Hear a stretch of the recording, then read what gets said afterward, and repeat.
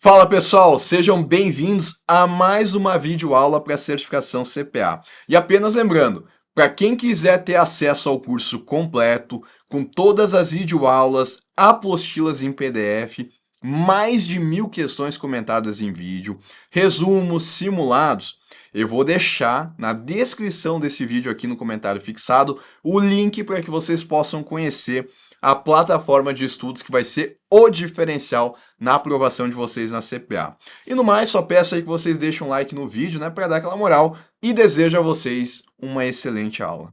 O PIB, olha a definição dele, tá? Olha como é que ele é formado. Ele é a soma de todos os bens e serviços finais que foram produzidos em uma economia durante certo período, em um padrão de moeda e a valor de mercado, preço final de venda. Então vamos lá, vamos explicar isso. O PIB, ele vai somar todos os bens que são produzidos no nosso país. Celular, computador, né, televisão, carro, tudo que é produzido de bem e também serviços que acontecem, né, serviço de pintura, serviço de restauração, todos são somados para que a gente chegue no valor do PIB, tudo que é produzido no país. O detalhe é que a gente vai somar apenas os bens e serviços que são finais. Como assim, Renan? Eu não vou levar em consideração um bem que ele seja intermediário. Por exemplo, se eu tenho uma padaria que ela faz um pão, eu vou somar, tem um exemplo aqui, a gente já vai falar sobre ele. Eu vou somar apenas o pão. Eu não vou somar a farinha, não vou somar o leite, os ovos que são utilizados para fazer esse pão, tá? Porque se eu fizesse isso, é como se eu estivesse somando duas vezes o mesmo produto. Eu estou somando o pão, que foi o resultado, mas também estou somando os intermediários. Não, eu vou somar só os bens e produtos finais, aqueles que não, dali em diante, eles não vão ser mais utilizados para algum outro produto, para fabricação de algum outro produto. Então, se a gente for considerar um país que só produz bolos, por exemplo, o PIB seria a soma de todos os bolos que foram produzidos nesse país, ao preço final de venda. Sim, a gente já fala sobre isso, que é o que a gente chama de valor de mercado. E olha só, desconsiderando a soma dos ingredientes usados na confecção do bolo para que não haja duplicação de valores. Se não ficou claro, agora vai ficar com esse exemplo. Vamos pensar, eu estou com um país aqui e esse país ele fabrica, essa é a economia toda do país, ele não faz mais nada, tá? Ele só faz o bolo. E o bolo, vamos contar aqui que são 50 bolos. Cada bolo custando R$ 100, tá? Bom, quando eu for fazer a soma do PIB desse país, como é que eu vou somar? Eu vou pegar todos os bolos, que são os produtos finais, vezes os R$ 100, que é o valor de mercado desses bolos. Quando eu fizer isso daqui, eu vou ter, então, R$ 5.000. O PIB desse país, então, é R$ 5.000. Tá? O PIB é a soma de todos os bens. Então, se no nosso país a gente tem diversos produtos, a gente vai somar todos esses produtos e serviços finais e a valor de mercado. Por isso que eu digo que é tudo que é produzido numa economia em um padrão de moeda, reais, e a valor de mercado, valor de venda, tá? Então, isso é o PIB. O PIB ele também é uma relevante estatística econômica para medir o bem-estar econômico de uma sociedade. Quanto maior o PIB de um país, normalmente melhor tende a ser o seu bem-estar. Sim? Deixa eu só voltar aqui no exemplo, tá? Se eu tenho uma economia onde eu produzo 50 bolos e tenho um outro país que também produz bolos e ele produz 100 bolos, é de se esperar, mesma coisa, tá? É de se esperar que no país onde eu tenho mais bolos, eu tenho uma qualidade de vida melhor para as pessoas. Mas por que que a gente não pode afirmar isso 100%? Porque, olha só, vamos pensar que no país A aqui, eu tenho 50 pessoas. Bom, se eu tenho 50 pessoas e 50 bolos, e considerando uma distribuição proporcional desses bolos, eu vou ter que cada pessoa vai receber um bolo. Perfeito. Se no país B eu também tenho 50 pessoas, e eu também considerando uma distribuição proporcional desses bolos, eu vou ter que cada pessoa aqui vai receber 2 bolos. Então, a qualidade de vida aqui no país B tende a ser melhor, né? Porque considerando que a gente tem um número de pessoas que é igual, eu tenho mais produção aqui. Por isso que a gente imagina, pelo menos a gente pensa dessa forma, que países onde a gente tem uma maior produção, eles têm uma maior qualidade de vida. Mas não é regra, porque se eu tivesse aqui na situação, ao invés de ter 50 pessoas, eu tivesse 200 pessoas, agora já não seria tão interessante, porque cada pessoa não ia conseguir receber um bolo inteiro, ia receber metade de um bolo. Tá? Então, além do PIB, a gente também tem que olhar um outro dado que é importante, que é o PIB per capita. Ou, em outra forma falando, é a divisão da produção total pelo número de pessoas daquele país. E aí já começa a ser considerado uma medida mais eficaz para medir a qualidade de vida das pessoas, porque daí a gente consegue ver, então, que essas pessoas têm mais acesso a produtos e serviços, têm uma renda maior.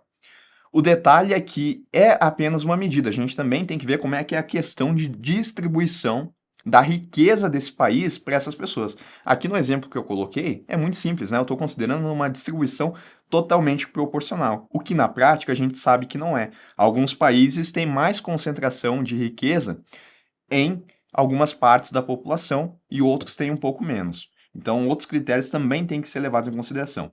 Mas, de maneira geral, a gente pode falar, sim, que quanto maior o PIB, maior é a expectativa que a gente tem de que as pessoas tenham um bem-estar melhor.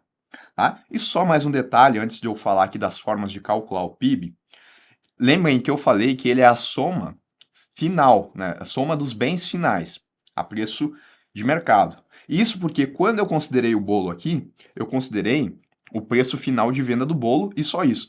Se para esse bolo eu precisava, por exemplo, de, não sei, não sou especialista, né? Mas vou colocar aqui farinha, leite, açúcar, eu imagino. Tá? Se eu for somar aqui, vamos supor que a farinha ela custou aí R$ 30, o leite ele custou 10 e o açúcar custou mais 10, tá? Em relação a esse bolo. Se eu fosse somar tudo, eu somaria 30 mais 10, 40 mais 10, 50 e mais o preço do bolo. Eu ia somar 150. Mas percebam que esses produtos aqui, eles já foram utilizados no bolo. Então não faz sentido eu somar aqui, porque no preço do bolo de R$ 100 eu já estou considerando isso daqui como custo. Tá? É isso que eu quero dizer com somar os bens e produtos finais. Bom, o PIB ele pode ser calculado de três formas diferentes, através da ótica da despesa, da ótica da renda e da ótica da oferta. Vamos lá. A ótica da despesa, também chamada de ótica da demanda, é a forma mais conhecida de calcular o PIB. Ela utiliza a seguinte equação para determinar o valor do PIB. Essa é a equação, tá? Eu vou somar então o consumo das pessoas, os investimentos que acontecem no país, os gastos do governo e também vou somar a balança comercial, onde eu tenho exportações menos importações. Quando eu for somar tudo isso daqui, eu vou conseguir chegar em qual que é o PIB do nosso país, utilizando a ótica da despesa, também chamada de ótica da demanda, tá? O consumo das pessoas, né, o que elas gastam, os investimentos que acontecem no país, o que o governo gasta e também o que é exportado e o que é importado. Aqui é importante saber que o que é importado vai reduzir no cálculo do PIB. Percebam que eu vou somando, somando, somando, mas eu desconto a importação. Então, se o país ele mais importa do que exporta, por exemplo, eu vou ter uma balança comercial que é negativa, e isso vai reduzir o meu PIB. Pela ótica da renda, se antes estávamos considerando as despesas, agora a gente considera a soma de toda a remuneração paga aos fatores de produção envolvidos no processo de gerar o produto de uma economia. Bom, vamos lá. Antes da gente falar da remuneração, vamos falar dos fatores de produção. São os elementos fundamentais ao processo produtivo de um bem. Então, os principais fatores de produção são a terra, o trabalho e o capital. Tá? Para a gente conseguir produzir, a gente precisa de terra, a gente precisa do trabalho das pessoas e a gente precisa do capital, que são os investimentos. Quando eu falo terra, eu estou falando do espaço, tá? Não estou falando da terra propriamente dita, eu estou falando do espaço que vai ser ocupado. A remuneração desses fatores de produção, também conhecido como excedente operacional bruto, EOB, consiste em salários, juros, aluguéis e lucros. Então, para os fatores de remuneração, por exemplo, né, para a terra, para o espaço onde vai ser produzido, é cobrado o quê? É cobrado aluguel. Né? Para as pessoas, a força de trabalho, as pessoas que vão trabalhar, o que é que elas recebem para trabalhar? Elas recebem salários. O capital, qual que vai ser a forma de remuneração do capital? Juros, lucros, tá? Então, esses são os fatores de produção, ou melhor, essas são as remunerações dos fatores de produção. Como é que a gente chega no cálculo do PIB através da soma desses fatores? A gente vai chegar em PIB é igual a salários mais o excedente operacional bruto mais impostos indiretos menos subsídios, tá? Então eu somo os impostos indiretos que estão associados aos produtos e eu diminuo os subsídios, que é o que o governo ele estabelece de subsídio às pessoas, tá? As pessoas, as empresas, enfim. Eu desconsidero isso. E dessa forma eu vou chegar no PIB, vou chegar no mesmo resultado através dessa equação que eu chegaria se eu utilizasse a ótica da despesa. Só que aqui a gente está considerando a soma de uma maneira diferente. A gente não está olhando o preço de produto final do bem. A gente está olhando aqui os fatores de produção que também vão nos levar a quanto que custa aquele determinado produto. Ótica da oferta, mais uma forma, tá? Aqui o cálculo é feito a partir dos agregados líquidos da produção de todos os setores da economia. Quais são esses setores? Eu tenho a indústria, a agropecuária, serviços, entre outros. E lembrando que eu vou somar os agregados líquidos, tá? O valor adicionado mede o valor criado por um agente econômico, ou seja, é a diferença do valor dos insumos comprados e o valor final de venda de um produto. Eu vou somar o valor adicionado bruto, vou somar, quando eu coloco esse símbolo aqui, é porque é somatório, tá? Então eu vou somar o valor adicionado bruto de todos os produtos, mais impostos indiretos, menos subsídios, tá? Então, no caso ali, né? Se os insumos... Eu apaguei aqui? Apaguei. No exemplo lá do bolo, né? Se eu tinha aqui os insumos para fazer aquele bolo, eles davam R$ 50, que era a soma da farinha, do leite e do açúcar, e o bolo, ele custava R$ 100, significa que o meu valor adicionado aqui foi de R$ 50, que essa é a diferença entre o valor final de venda de um produto e o valor dos insumos comprados, que foi R$ 50. Se eu somar, então, apenas o valor adicionado bruto de todos os produtos que estão aqui no nosso país, mais os impostos indiretos, menos os subsídios, eu também vou chegar em uma outra forma de um outro valor para o PIB. Um outro valor não, né? Vai ser o mesmo valor para o PIB, mas é uma outra forma de chegar nesse valor.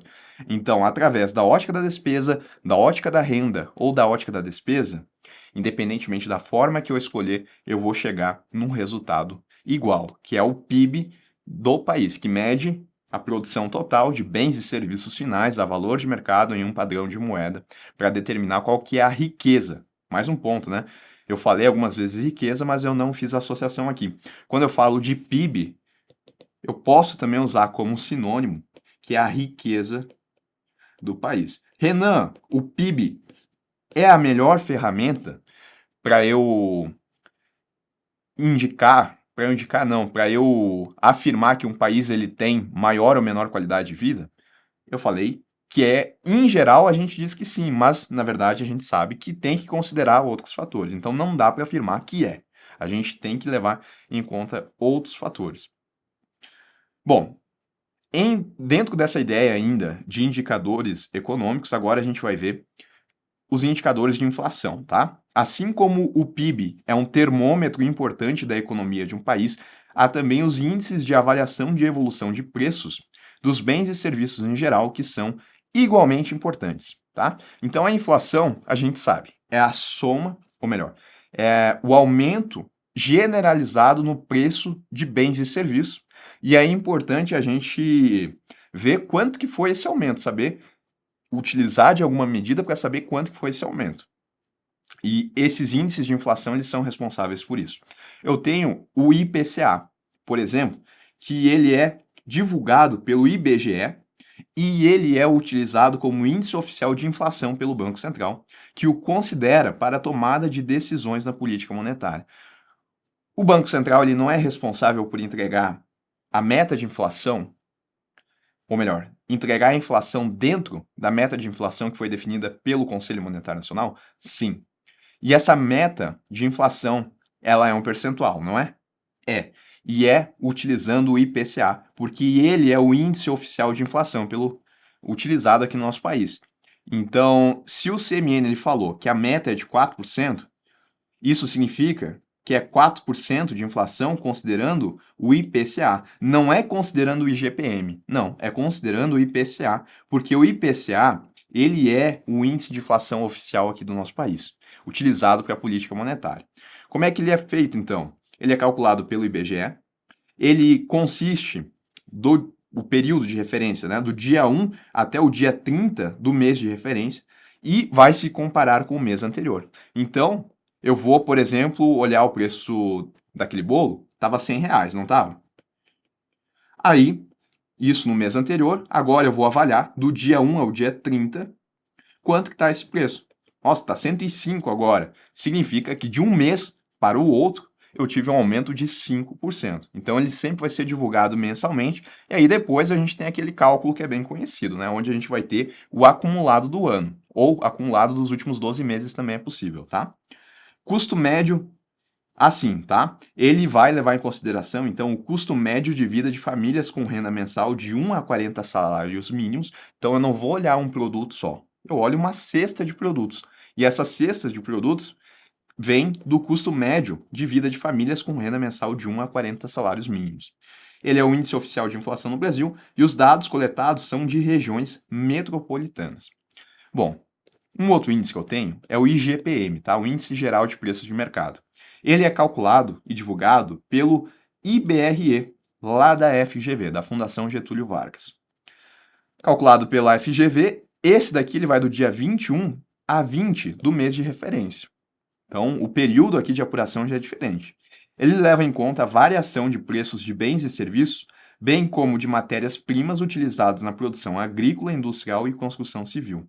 Ele é muito utilizado como indexador de contratos, né? Por exemplo, então, utilizar como indexador de contratos de aluguel, pode acontecer. Ele é a média aritmética ponderada de inflação ao produtor, o IPA, do IPC, que é o do consumidor, e da construção civil, o INCC.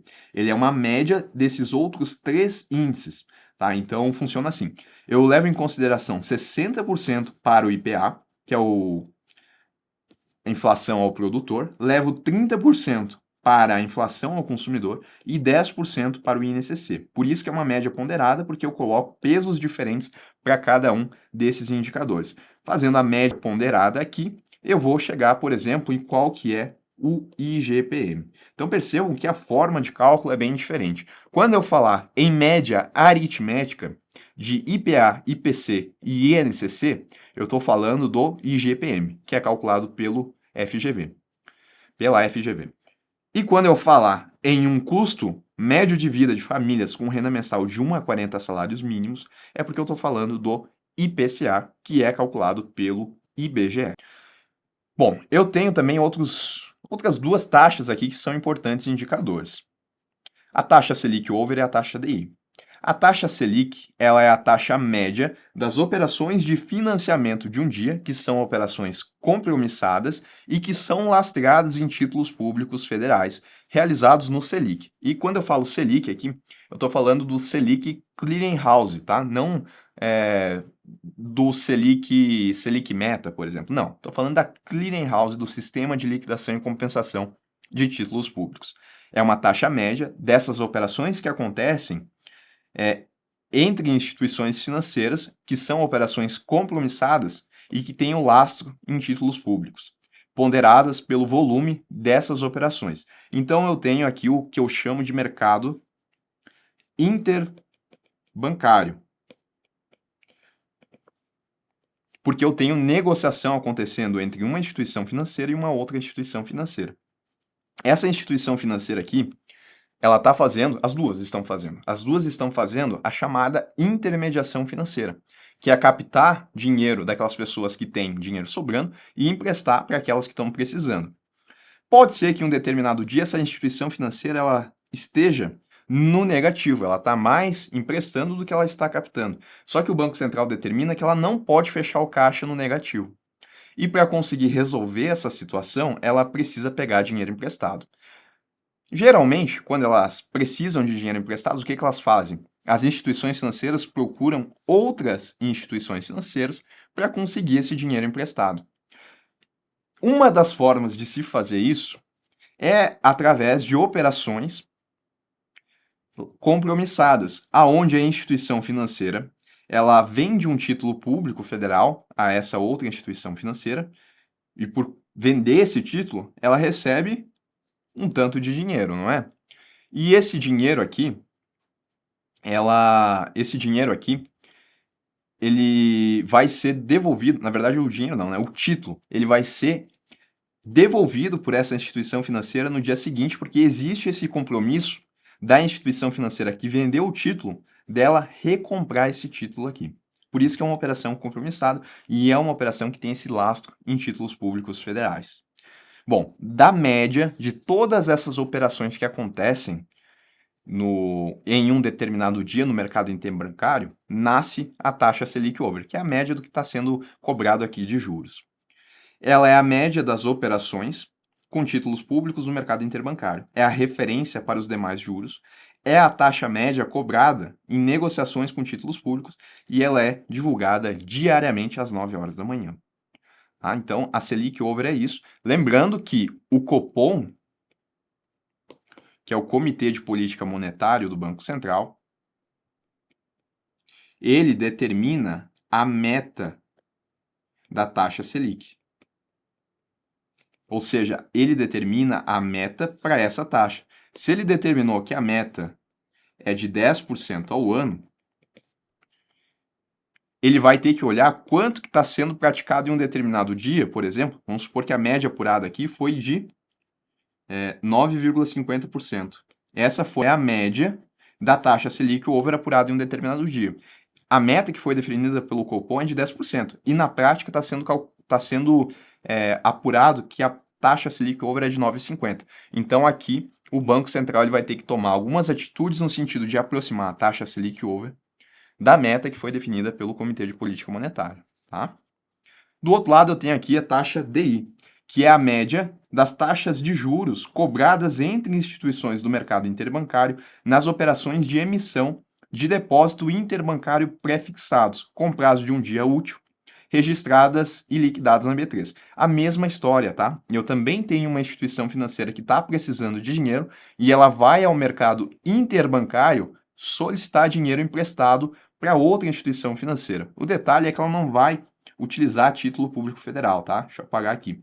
Ela vai usar um certificado de depósito interfinanceiro, que é um título que ela emite e com esse título ela capta dinheiro no mercado interbancário, tá? Por isso, emissão de depósitos interfinanceiros. Mesma coisa, a gente faz a média dessas operações que estão acontecendo entre instituições financeiras no mercado e daqui nasce a taxa DI. Tá, então, qual que é a diferença da taxa Selic Over para a taxa DI? Porque parece tudo igual, não é? A diferença é que na taxa Selic Over são aquelas operações que acontecem com títulos públicos federais e que são realizadas no Selic Clearing House. Lembrando que tem aqui o compromisso de recompra desses títulos no dia seguinte. Do outro lado aqui, eu tenho a taxa DI, que também é uma média das taxas que estão sendo cobradas no mercado interbancário, mas aquelas que envolvem a emissão de depósitos interfinanceiros, através da emissão de um certificado de depósito interfinanceiro, o CDI. Daqui nasce a taxa DI.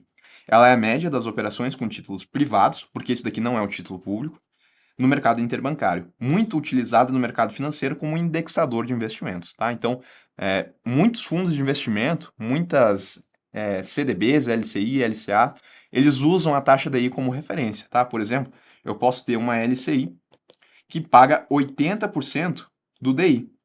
Então, se o DI apurado em um determinado dia, aqui a gente vai considerar um mês, tá? Mas só para entender a lógica. Se o DI apurado ele foi de 8%, isso significa que a minha LCI vai estar pagando 6,4%, se eu não errei na conta aqui, 6,4% de remuneração. Isso aqui é o ano, né? isso daqui ao ano. Porque eu calculo 80% do DI e o DI ele está resultando em 8%. É uma taxa muito utilizada para isso, para referência em produtos de investimento. E uma última taxa aqui que é importante a gente saber, até vou deixar aqui, né?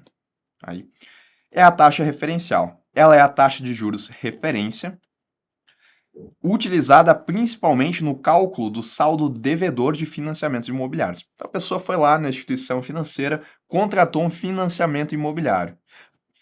A taxa TR ela é muito utilizada no sentido de calcular o saldo devedor, de reajustar esse saldo devedor dessa pessoa, porque é uma taxa de referência. Também é utilizada na remuneração da caderneta de poupança, né? A poupança ela segue uma regra assim: quando a taxa Selic ela está acima de 8,50%, a poupança ela vai pagar 0,5% ao mês de juros mais a TR. Quando a poupança está, quando a Selic, a meta da Selic está abaixo ou igual a 8,50% ao ano, a poupança ela paga 70% da Selic,